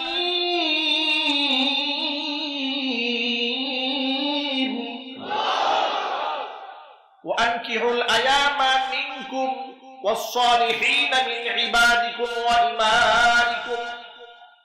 তোমরা তোমাদের অবিবাহিত নারী পুরুষের বিবাহের ব্যবস্থা করে দাও, তোমাদের দাস দাসীদের বিবাহের ব্যবস্থা করে দাও। ইয়াকুনু ফুকারা, যদি তারা গরীব হয়, তাহলে ইউগনিহিমুল্লাহু মিন ফাদলিহি, ওসিরে আল্লাহ সুবহানাহু ওয়া তাআলা তাদেরকে ধনী বানায়া দেবে। বিবাহ করলে সংসারে বরকত হয়, কামাই রুজিতে বরকত হয়। এই জন্য আমি যুবক ভাইদেরকে বলছি, যুবক ভাইরা, সমাজের মধ্যে আজকে তো জিনা ব্যভিচার বর্পা হয়েছে, অবৈধ প্রেম ভালোবাসা, গার্লফ্রেন্ড বয়ফ্রেন্ডের কালচার, এটা অভিশপ্ত কালচার, এটা সমাজ বিধ্বংসী কালচার সমাজের মধ্যে ঢুকে গেছে। এটা ঢাকা শহরটাকে প্রায় ধ্বংসের দ্বার প্রান্তে পৌঁছে দিয়েছে। এই অবৈধ প্রেম ভালোবাসা পাবনা জেলায় এখনো ঢুকে নাই। গার্লফ্রেন্ড বয়ফ্রেন্ড আছে না নাই? এটা বন্ধ করতে হবে। আল্লাহ যেন আমাদেরকে তৌফিক দান করেন। যদি আপনি এটা না করেন, কষ্ট পাচ্ছেন নাকি আপনারা? আমি আমার মা বোনদেরকে বলবো, আমার যুবক ভাইদেরকে বলবো, যে সমস্ত বোনেরা বয়ফ্রেন্ডের গুগল দাবা করে রাস্তায় হাঁটে, আমি আমার সেই বোনকে বোন সম্বোধন করে বলছি, মা সম্বোধন করে বলছি, মায়েরা বোনেরা, আপনার সম্মান আল্লাহ অনেক উপরে উঠিয়ে দিয়েছে, আপনি নিজেকে এত সস্তা বানাই দিলেন কেন? আজকে আপনি বয়ফ্রেন্ডের গুগল দাবা করে রাস্তায় রাস্তায় হাঁটছেন, নিজেকে আপনি তার যৌন খোদার প্রার্থী বানিয়ে দিয়েছেন। কিন্তু আপনি কি জানেন না, আজকে আপনি একজন তরুণী, আজকে একজন অবিবাহিতা যুবতী, সেদিন বেশি দূরে নয় পৃথিবীর সর্বোচ্চ সম্মানের স্থানটা আপনি পাবেন। সেই আসনের নাম হচ্ছে মায়ের আসন। ঠিক কিনা? আপনি তো মা হতে যাচ্ছেন। আপনি মা হয়ে আপনি কি একটু ভেবেছেন, আপনি আপনার সন্তানের দৃষ্টিতে আল্লাহর পরে রসুলের পথে পৃথিবীর সবচেয়ে সম্মানিত ব্যক্তি আপনি? আপনি সে মা হয়ে আপনি বয়ফ্রেন্ডের হাত ধরে ঘুরে বেড়াচ্ছেন, অবৈধ প্রেম ভালোবাসা করছেন। নিজের অবস্থানকে, নিজের মূল্যায়ন করে নিজে করতে শিখুন। যে জিনিস সহজে আর সস্তায় পাওয়া যায় তার দাম মোটেও থাকে না। আমি বহু জায়গায় উদাহরণ দিয়ে এমন কথা বলেছি, সমাজে ছাগল অ্যাভেলেবেল পাওয়া যায়, এই জন্য ছাগলের দাম কম, কিন্তু হরিণ পাওয়া যায় না, এই জন্য ওর দাম বেশি। ছাগল দিয়ে কেউ প্রশংসা করে না, বরং ছাগল দিয়ে গালি দেয়, বলে তুই একটা ছাগল। যাকে ছাগল বলা হয় পাল্টা জবাব দিয়ে বলে তুই হলো রাম ছাগল। ঠিক কিনা? কিন্তু হরিণ দিয়া কেউ গালি দেয় না, কেউ বলে না তুই একটা হরিণ, বরং প্রশংসা করতে গিয়া হরিণের সাথে উদাহরণ দেওয়া হয়, বলে তোকে দেখে তো অনেক সুন্দর লাগছে, তোর চোখ দুটো টানা টানা হরিণের মতো। ওর দাম বেড়ে গেছে, পর্দায় থাকে, জঙ্গলায় থাকে, ওকে পাওয়া যায় না। এই জন্য যে সমস্ত মা বোনরা শরঈ পর্দা মেইনটেইন করে চলেন, ও মা বোন হচ্ছে হরিণের মতো। সম্মানের পাত্রী জুড়ে বলুন ঠিক কিনা? যারা আধুনিক একদম আলট্রা মডার্ন ওয়েস্টার্ন কালচার লালন করে, কিংবা পশ্চিমা কালচার কিংবা পার্শ্ববর্তী ভারতের স্টার জলসা দেখে দেখে নিজের রূপ লাবণ্য সৌন্দর্যতা জাতির সামনে প্রমাণ করে প্রচার করে বেড়ায়, তারা হচ্ছে ছাগলের মতো। উচিত তো ছিল আপনাকে দেখতে গেলেও টাকা লাগবে, আপনি সস্তা হলেন কেন? কথা বলেন ঠিক কিনা? আপনি সস্তা হয়েছে, এমন সস্তায় আল্লাহ আপনাকে বানিয়েছে। এখন বিবাহ দিতে গেলে আপনার বাবা মা যৌতুক ছাড়া উপায় থাকে না। পর্দানিশীল মেয়েদেরকে যৌতুক দিয়ে বিবাহ দিতে হয় না। দিনদার ছেলেরা পর্দানিশীল মেয়েদেরকে মণিমুক্তা মনে করে, সম্পদ মনে করে, সম্মান এবং ইজ্জতের সাথে উঠায় নিয়ে যায়। আল্লাহ রাব্বুল আলামিন আমাদেরকে দায়িত্বশীল হওয়ার তৌফিক দান করেন, জোরে বলেন আমিন। অবিবাহিত যুবক যারা, তারা অচিরেই বিবাহ করবেন এবং যৌতুক ছাড়া বিবাহ করবেন ইনশাআল্লাহ। যৌতুক নেবেন? মোটরসাইকেল নেওয়ার ইচ্ছা আছে? সরকারি চাকরি করার জন্য 5 লক্ষ টাকা শ্বশুর বাড়ি থেকে নেওয়ার ধান্দা আছে কার কার? হাত দেখি। একজনেরও নাই। এই কথা মনে থাকবে, এই কথা যেন মনে থাকে, মৃত্যু পর্যন্ত যেন মনে থাকে। মৃত্যু পর্যন্ত বললাম কেন? আপনি এক সময় বাবা হবেন, আপনার ছেলেকে বিবাহ করাবেন, আপনিও আপনার ছেলের পুত্রবধূ যখন গ্রহণ করতে যাবেন তখন আপনার ছেলেকেও যৌতুক নিতে দেবেন না ইনশাআল্লাহ। বলেন আল্লাহ যেন তৌফিক দান করে, জোরে বলেন আমিন। যৌতুক তো নেবেনই না, তাহলে কি করতে হবে দেখেন আল্লাহ বলছেন। আল্লাহ পাক বলেন ওয়াতুন নিসা সাদুকাতিহিন্না নিহলা فإن طبن لكم عن شيء منه نفسا فكلوه هنيئا مريئا। যৌতুক তো নেবেই না, উল্টা বউদেরকে টাকা দিবা, মহরার টাকা, এবং এই টাকাটা যখন দেবে মনের মধ্যে টাকার প্রতি কষ্ট রাখা যাবে না। নিহলাতান আই ফারহাতান, আনন্দ চিত্তে স্ত্রীকে সম্মানে এই মহরার টাকা তার হাতে উঠাইয়া দেবে। তবে টাকাটা স্ত্রীর হাতে উঠাইয়া দেওয়ার পরে ওই টাকা খাওয়ার আবার ধান্দা করতে পারবা না। অনেক স্বামী আছে কয় তোমাকে যে 5 লাখ টাকা দিয়েছিলাম ওই টাকাটা কই, টাকাটা আমাকে দাও। এর মধ্যে তার মধ্যে এখন কোনো মালিকানা একটা হক কিছুটা নিজের মনে করে। আল্লাহ সুবহানাহু ওয়া তাআলা বলছেন, আচ্ছা আল্লাহ তো আমাদেরকে বানিয়েছেন, আমাদের মাথার মধ্যে কি আসবে আর না আসবে এটা কি আল্লাহ জানেন না? কথা বলে না, জানেন না? এক ভাই আমাকে জিজ্ঞেস করলেন, আচ্ছা হুজুর একটা মাসআলা জানতে এলাম। বলেন কি মাসআলা? ভাই মাসআলা হলো, শুনলাম বাসর রাতে বউর কাছে মাপ না চাইলে নাকি তার কাছে যাওয়া যায় না। আমি বললাম ভাই এই ধরনের কোনো মাসলা কিতাবে নাই, কোথায় পেলেন আপনি? বলে হ্যাঁ শুনলাম যে বউর কাছে মাপ চাইতে হয়। কেন চাইতে হয়? যে কিছু মহারণার টাকা বাকি থাকে এই জন্য নাকি বউর কাছে মাপ চাইতে হয়। আমি বললাম কি দারুণ কথা এটা। মহারণার টাকা যদি কিছু বাকি থেকে থাকে, এই বাকিতে সে রাজি হয়েছে বলেই তো বিয়ে হয়েছে। কথা বলেন না ঠিক কিনা? বাকিতে যদি রাজি নাই হতো তো বিয়েই তো হতো না। এখানে তো মাপ চাওয়া তবে কোনো মাসলা নাই। তবে হ্যাঁ ওই ধান্দায় যদি মাপ চান যে চিরতরে মাপ চেয়ে দিলাম টাকা দেওয়াই লাগবে না, তাহলে কিন্তু বিরাট সমস্যা। এই টাকাটাকে অবশ্যই দিতে হবে। অনেক বুড়া মানুষ সমাজে আছে, এখনো আছে, বুকে হাত দিয়ে বলতে পারবে না যে ফুল টাকা দিয়ে দিচ্ছি। ঠিক কিনা? বহু লোকেরা এখনো মহারণার টাকা দেয় না, অথচ জানেও না এই মহারণার টাকা না দিলে তার কত বড় হিসাব হবে কিয়ামতের মাঠে। বিশ্বনবী সাল্লাল্লাহু আলাইহি সাল্লাম বলেছেন, কোন ব্যক্তি যদি মহারণার টাকা স্ত্রীকে না দেয় আর তাকে ব্যবহার করে, কিয়ামতের মাঠে জিনাকারের কাতারে ওই স্বামীকে আল্লাহ দাঁড় করাইয়া দেবে। খুব সাবধান। এজন্য অনেক বেশি টাকা মহারণা ধার্য করবে না, যেটা দিতে পারবে সেটাই ধার্য করবে।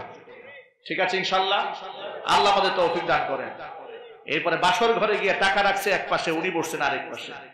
বউকে জিজ্ঞেস করে, আচ্ছা তুমি কি টাকা চাও না আমারে চাও? কত বড় ইমানি পরীক্ষায় ফেলেছে।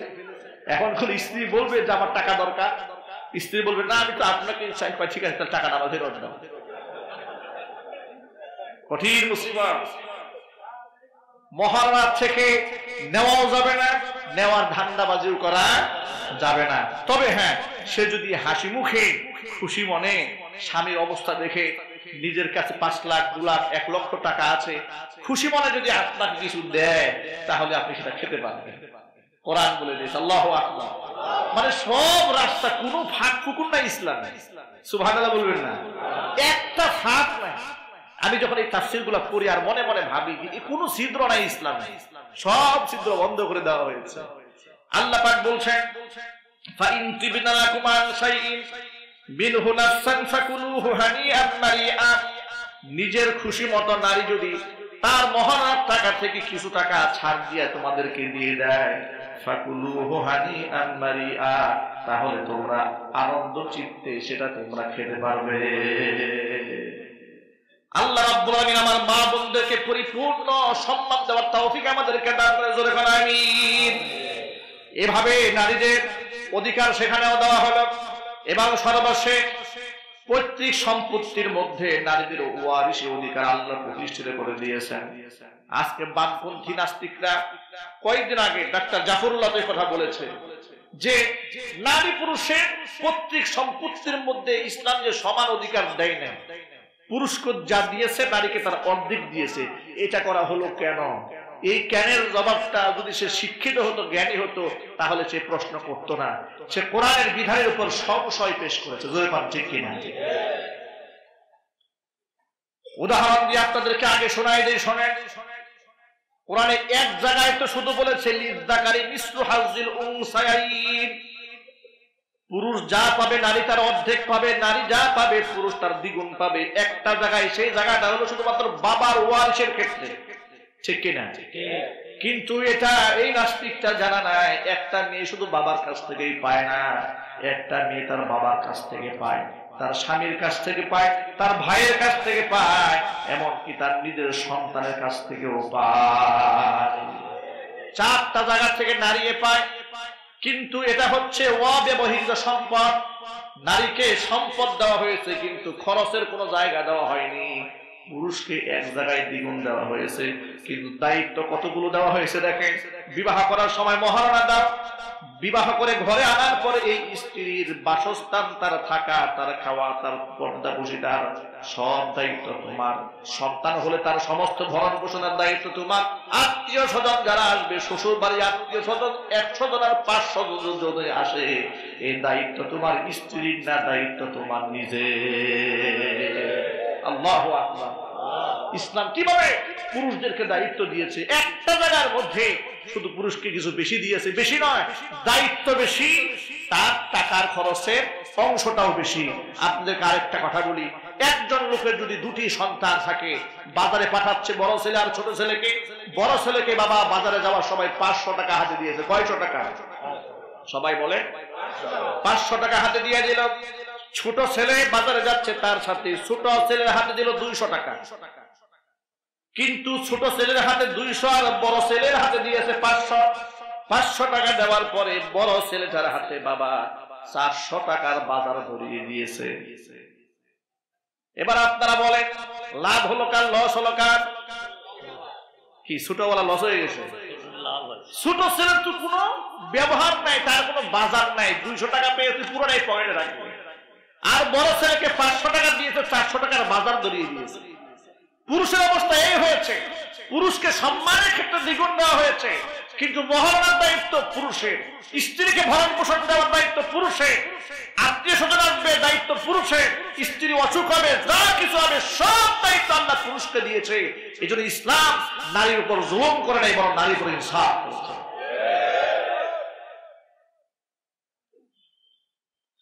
কোরআন মাজিদ নারীদের মালিকানা অধিকার দিয়েছে।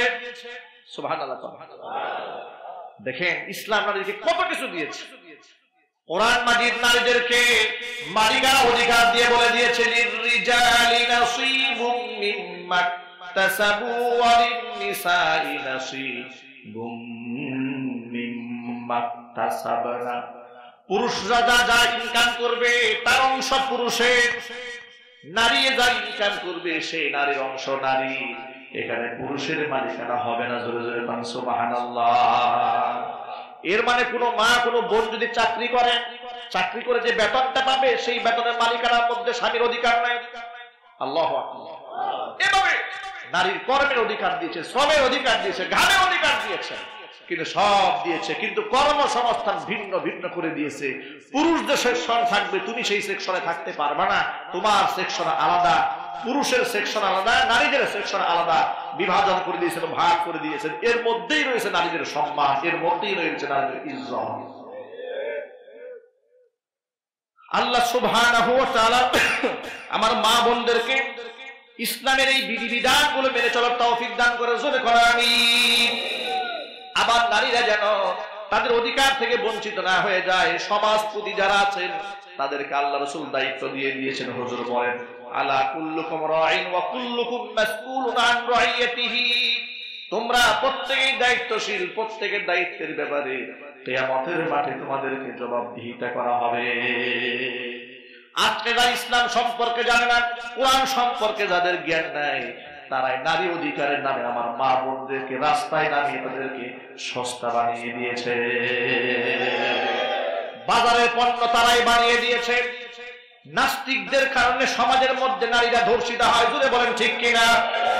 ওরা নিজেদের অপরাধকে ধামাচাপা দেওয়ার জন্য অশ্লীল সিনেমা, ব্লু ফিল্ম আর অশ্লীল সমস্ত নাট্য মঞ্চ দ্বারা কার্যকর করে, কায়েম করে তাদের অপরাধ গুলাকে মানুষের চোখ থেকে সরাই দিয়া আলেমদের উপর দুষ্টাপায় বলে দেশে ধর্ষণ নাকি ওয়াজ মাহফিলের কারণে হয়। জোরে জোরে করে নাউজুবিল্লাহ।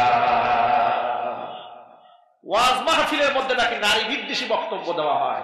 এখানে আওয়ামী লীগ, বিএনপি সমস্ত দলের লোকেরা এখানে আছেন, আপনারা এক বাক্যে জবাব দিয়ে বলেন, আলেমরা ওয়াজ মাহফিলে নারী বিদ্বেষী কথা বলেন? এই জবাবটা এরকম দিলেন কেন? পুরুষের মতো জবাব দিয়ে বলেন, আলেমরা নারী বিদ্বেষী কথা বলেন? আলেমরা নারীর অধিকারের কথা বলেন, নারীর সম্মানের কথা বলেন, নারীকে মায়ের মর্যাদা দিয়েছে কোরআন হাদিস, এটা আলেমরা বয়ান করেন। স্ত্রীর মর্যাদার কথা আলেমরা বলেন, বোনের মর্যাদার কথা আলেমরা বলেন, তাদের শরঈ অধিকারের কথা আলেমরা মাহফিলের মধ্যে বয়ান করেন। আর সে বয়ান তাদের সহ্য হয় না। কেন? কারণ হচ্ছে শিয়াল সবসময় মুরগির স্বাধীনতা চায়, ঠিক কিনা? শিয়াল তিনটা মুরগি কান্দের উপর দিয়ে নিয়ে মিছিল করে, মুরগি বন্দি থাকবে তা হতেই পারে না। কথা কন ঠিক কিনা? মুরগি বন্দি থাকতে পারে না। এই হুজুররা খালি মুরগিদেরকে বন্দি রাখতে চায়, গৃহস্থ মালিককে শুধু মুরগি বন্দি রাখতে চায়, তা হবে না। অনুরূপ ভাবে সমাজের মধ্যে বুদ্ধিজীবী নামক কিছু শিয়াল আছে, চরিত্রহীন শিয়াল আছে, লম্পট আছে।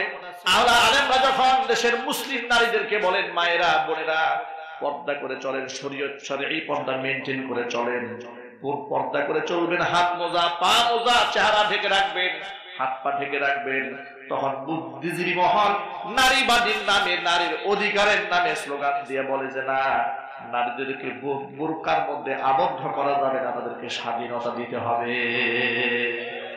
স্বাধীনতার নামে তারা কি করেছে শোনেন? স্বাধীনতার নামে ওরা সুন্দরী প্রতিযোগিতার ব্যবস্থা করেছে। বিশ্ব সুন্দরী প্রতিযোগিতার মধ্যে হাজার হাজার মুসলিম নারীরা অংশগ্রহণ করেছে। আপনারা এই মাহফিলের মধ্যে আমার সাথে এক বাক্যে জবাব দিয়ে বলবেন, প্রশ্নের জবাব দিবেন, সুন্দরী প্রতিযোগিতার মধ্যে বিচারকরা যখন বসে তারা একটা নারীর দেহের কি মাপজোক করে? একটুখানি একটু সেন্সে ভেবে দেখেছেন? একটা নারীর অঙ্গ প্রত্যঙ্গ তারা বসে মাপে, তার ফিগার মাপে, তার বডি মাপে, তার কোমর মাপে, তার হাত মাপে, তার ওজন মাপে, তার ফিটনেস মাপে। এত বড় শয়তানি অধিকার ওকে দিয়েছে কে? কথা বলেন না কেন আপনারা? এই জন্য সুন্দরী প্রতিযোগিতার নামে নারীদেরকে জিনার প্রতি উদ্বুদ্ধ করা হচ্ছে, যুবকদের চরিত্রকে ধ্বংস করা হচ্ছে। আর এই সুন্দরী প্রতিযোগিতার আয়োজন যারা করে আর বিচারক যারা থাকে তারা হচ্ছে জাতীয় লম্পট। কথা বলতে হবে ঠিক কিনা? জাতীয় লম্পটের জুতার মেডেল দেওয়া উচিত এদের। এরা নাকি নারী অধিকার আদায় করে, মহিলাদের অধিকার প্রতিষ্ঠিত করে দিয়েছে, নারীদেরকে আগাই দিয়েছে ওরা। এগুলা করে করে বলে নারীরা দুর্বার গতিতে এগিয়ে চলছে। আমি বলি দুর্বার গতিতে এগিয়ে চলছে কথা ঠিক, তবে কোন দিকে আগাচ্ছে সেটা বলেন। কথা কন ঠিক কিনা? কোন দিকে আগাচ্ছে দিকটা আগে নির্ণয় করে ওরা জাহান্নামের দিকে আগাচ্ছে, সবার ধ্বংসের দিকে এগিয়ে যাচ্ছে, জিনা বদমাশের দিকে এগিয়ে যাচ্ছে। আমার কোন মা বোন সুন্দরী প্রতিযোগিতায় অংশগ্রহণ করতে পারে না, সিনেমার নায়িকা হওয়ার স্বপ্ন দেখতে পারে না, অবৈধ প্রেম ভালোবাসা প্রমাণ করতে পারে না, কারণ তারা মুসলমান। তাকে জবাবদিহিতা করতে হবে কিয়ামতের মাঠে। যে মহিলা চুল খুলে রাস্তায় হাঁটে, কিয়ামতের আলামত। আল্লাহর নবী সাল্লাল্লাহু আলাইহি সাল্লাম বলেছেন, ওই নারীর উপর আল্লাহ পাকের লানত, যে নারীর চুলগুলাকে খোপা বানায়া উঁচা করে রাস্তায় রাস্তায় হাঁটে, তার উপর লানত, তার উপর অভিসম্পাদ রয়েছে। এক্ষেত্রে নারীর সাথে সাথে পুরুষের দায়িত্বশীল হতে হবে। এই কথাগুলো নারীকে বললাম, উদ্দেশ্য শুধু নারীরাই পালন করবে, পুরুষের দায়িত্ব নাই। কথা বলে না কেন? আপনি বাবা, আপনার মেয়ে আছে, আমার মেয়ে আছে, দায়িত্ব আমার নাই? আপনি বড় ভাই, আপনার বোনটা উপযুক্ত হয়েছে, কার সাথে কথা বলছে, কার সাথে উঠা বসা করছে, কার সাথে ফ্রেন্ডশিপ করেছে, আপনার দায়িত্ব রয়েছে। দায়িত্ব যদি পালন না করেন, আনুষ্কার মতো বয়ফ্রেন্ড কর্তৃক নির্যাতিত হয়ে গজব নিয়ে জমিন থেকে বিদায় হতে হবে।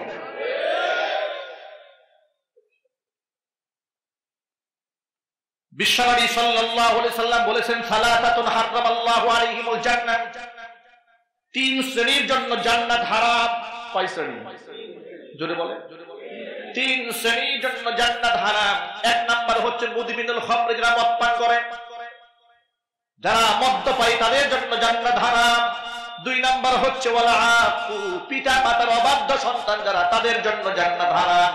তিন নাম্বার হচ্ছে ওয়াদাইয়ুসুল্লাযী ইউকিরু ফি আহলিল খাবাসা, ওই দাইয়ুস পুরুষ নিজের পরিবারের মেয়েদেরকে অশ্লীল ভাবে চলাফেরা করে, অন্যায় দেখে, প্রতিবাদ করে না, ওই দাইয়ুস পুরুষের জন্য জান্নাত হারাম। এত সহজ নয়। এই জন্য স্বামীরা যারা এখানে এসেছে, আপনার দায়িত্ব হচ্ছে আপনার স্ত্রীকে পরিপূর্ণ শরঈ পর্দা করানো। ভাইরা যারা এসেছেন, আপনার বোনের দায়িত্ব আপনার উপর রয়েছে, আপনার যুবতী বোনটা যেন শরঈ পর্দা মেইনটেইন করে চলতে পারে, সে দায়িত্ব আপনার আছে না নাই? স্বামী হিসেবে আপনার দায়িত্ব আছে না নাই?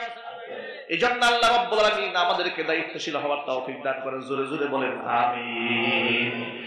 আমি আমার মা বোনদেরকে বলছি, মায়েরা বোনেরা আমার, সৌন্দর্যটা বাহিরে প্রকাশ করবেন না। সাজুগুজু যদি করতে মনে চায়, স্বামীর জন্য সাজেন, কোনো অসুবিধা নাই। কোনো অসুবিধা আছে নাকি? বরং আমি তো মনে করি এটা উত্তম। নবী করিম সাল্লাল্লাহু আলাইহি ওয়াসাল্লাম ওই নারীর প্রতি নারীর প্রশংসা করেছেন যে নারীর চেহারা দেখলে স্বামী খুশি হয়ে যায়। কিন্তু আজকালকে আমার মা বোনরা কি করে, ঘরের মধ্যে স্বামীর সামনে নোংরা থাকে, আর কোথাও বেড়াতে গেলে এমন সাজা সাজেন রিকশাওয়ালা খুশি হয়ে যায়। কথা কন ঠিক ঠিক? কুলি মজদুর ঠেলাওয়ালা খুশি হয়ে যায়। রিকশাওয়ালার উপরে উঠেছে, রিকশায় উঠেছে, রিকশাওয়ালার মাথা গরম হয়ে গেছে, রিকশাতে কোন দিকে নেবে দিশা পায় না। কথা বলেন ঠিক কিনা? এগুলো আমরা কিভাবে দেখি? রাস্তায় যখন গাড়ি নিয়ে আমি মাঝে মাঝে ড্রাইভ করি, আমার গাড়ি মাঝে মাঝে আমি ড্রাইভ করি, যে রিকশায় মহিলা থাকে ওই রিকশাওয়ালার ব্যালেন্স ঠিক থাকে না, কোন দিকে যাবে দিশা পায় না, পাগল হয়ে যায়। আর মোটর সাইকেলের উপরে যদি মহিলা উঠে, তাহলে তো ড্রাইভারের কাম সারছে। কয়েকদিন আগে ময়মনসিংহ যাচ্ছি মাহফিলে, একটা ইয়াং ছেলে অল্প বয়সের একটা মেয়েকে পিছনে উঠিয়ে মোটর সাইকেল আমার গাড়ির সামনে একবার এদিকে যায় একবার সেদিকে যায়। আমি বললাম, এরা তো রাস্তাঘাটে মরে থাকবে, খবর থাকবে না পিতা মাতা, কিন্তু শরীর গরম কত কত গরম। প্রিয় ভাইরা, আমি আমার মা বোনদেরকে বলছি, মা বোনেরা, সাজসজ্জার অধিকার আপনাকে দিয়েছে, তবে সেটা পরপুরুষের জন্য নয়, আপনি আপনার স্বামীর জন্য সাজেন। নবী করিম সাল্লাল্লাহু আলাইহি ওয়াসাল্লাম বলেছেন, সেই নারী হচ্ছে উত্তম নারী, যে নারীর দিকে দৃষ্টি আরোপ করলে তার তাকাবে তার স্বামীর দিল ঠান্ডা হয়ে যায়। চিল্লাবেন আল্লাহু আকবার। বাইরে যাওয়ার সময় ঝাঁঝালো সেন্ট দেবেন না, পারফিউম ব্যবহার করে নারীরা বাইরে যাবেন না, সাজসজ্জা প্রকাশ করে বাইরে যাবেন না, খবরদার যাবেন না। সম্মান তো পাবেনই না। সামান্য বিনোদনের নামে, আনন্দের নামে নিজের জীবনটাকে, নিজের সম্মানটাকে ধ্বংসের মুখে ঠেলে দেবেন। খবরদার এই কাজগুলো করবেন না। আল্লাহ পাক আমাদের মা বোনদেরকে দায়িত্বশীল বানান। আর যুবক ভাইরা যারা আছেন তাদেরকে বলবো, যুবক ভাইরা, আমাদের দৃষ্টিটাকে হেফাজত করতে হবে। দুইটা অঙ্গের গ্যারান্টি যে ব্যক্তি দেবে, নবী করিম সাল্লাল্লাহু আলাইহি ওয়াসাল্লাম তার জন্য জান্নাতের গ্যারান্টার হয়ে যাবে। আল্লাহর নবী বলেন, মাইয়াবমানি মা বাইনাল লাহিয়াইহি ওয়া মা বাইনা রিজলাইহি আদমান লাহুল জান্নাহ, যেই ব্যক্তি আমাকে দুইটা অঙ্গের গ্যারান্টি দেবে আমি তাকে জান্নাতের গ্যারান্টি দেব। এক হচ্ছে তার মুখ, আর একটা হচ্ছে তার লজ্জাস্থান। যুবক ভাইরা পারবো না ইনশাআল্লাহ? আমরা আমাদের জবানকে, লজ্জাস্থানকে হেফাজত করতে পারবো তো ইনশাআল্লাহ? আল্লাহ তুমি আমাদেরকে আমল করার তৌফিক দান করো। আমার যুবক ভাইদেরকে তুমি চরিত্র বানাও, আমার মা বোনদেরকে তুমি পর্দানিশীল বানাও, আমাদের সকলকে তুমি নামাজি বানাও, কোরআন এবং সুন্নাহ অনুযায়ী চলার তৌফিক আল্লাহ তুমি আমাদের সকলকে দান করো। জোরে বল আমিন। প্রিয় ভাইরা, আমি গতবারও আপনাদেরকে বলেছিলাম যে আমার একটি লিখিত বই আছে, বইটা গাড়িতে থাকবে, স্টেজের বইগুলো আনা হবে না। এই বইটা মাত্র 100 টাকা করে কপি। অনেক মা বোনরা বিভিন্ন ব্যাপারে আমাকে প্রশ্ন করেন, যুবক ভাইরা প্রশ্ন করেন, তাদের সেই প্রশ্নের জবাবগুলো কোরআন সুন্নাহ ভিত্তিক দেওয়া হয়েছে। এটা গাড়িতে আছে, এই প্যান্ডেলের সামনে গাড়ি আছে, যাওয়ার সময় আপনারা ইনশাআল্লাহ মুনাজাত হয়ে যাওয়ার পরে আপনারা সংগ্রহ করতে পারেন। আল্লাহ পাক সকলকে কবুল করুন। জোরে করুন আমিন।